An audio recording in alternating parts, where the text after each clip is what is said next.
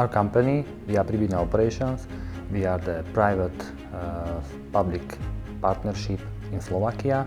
We started operating in 2012, and the reason why we are looking for the new technology is that we are still trying to find out new solutions which help us to reduce risk of traffic incidents, and on the other hand increase the safety on the roads. That we were facing in the past some traffic incidents. Although we install everything correctly and we were using correct traffic signing, it seems that sometimes our vehicles were not visited enough ahead. That's why we were looking for a new solution.